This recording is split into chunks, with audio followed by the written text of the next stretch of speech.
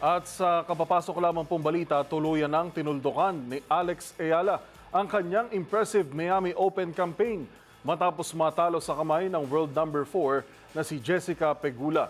Sa makapigil hiningang laban, nabigo si Ayala sa semifinals sa score na 7-6, 5-7 at 6-3.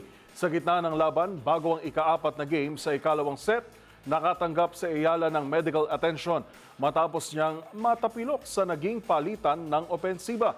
Gayunpaman, isang malaking panalo na ito para kay Ayala at inaasahan ng kanyang pag-angat sa WTA rankings dahil sa naging magandang performance sa torneo. Maraming salamat sa magandang laban, Alex Ayala. Proud kami sa iyo.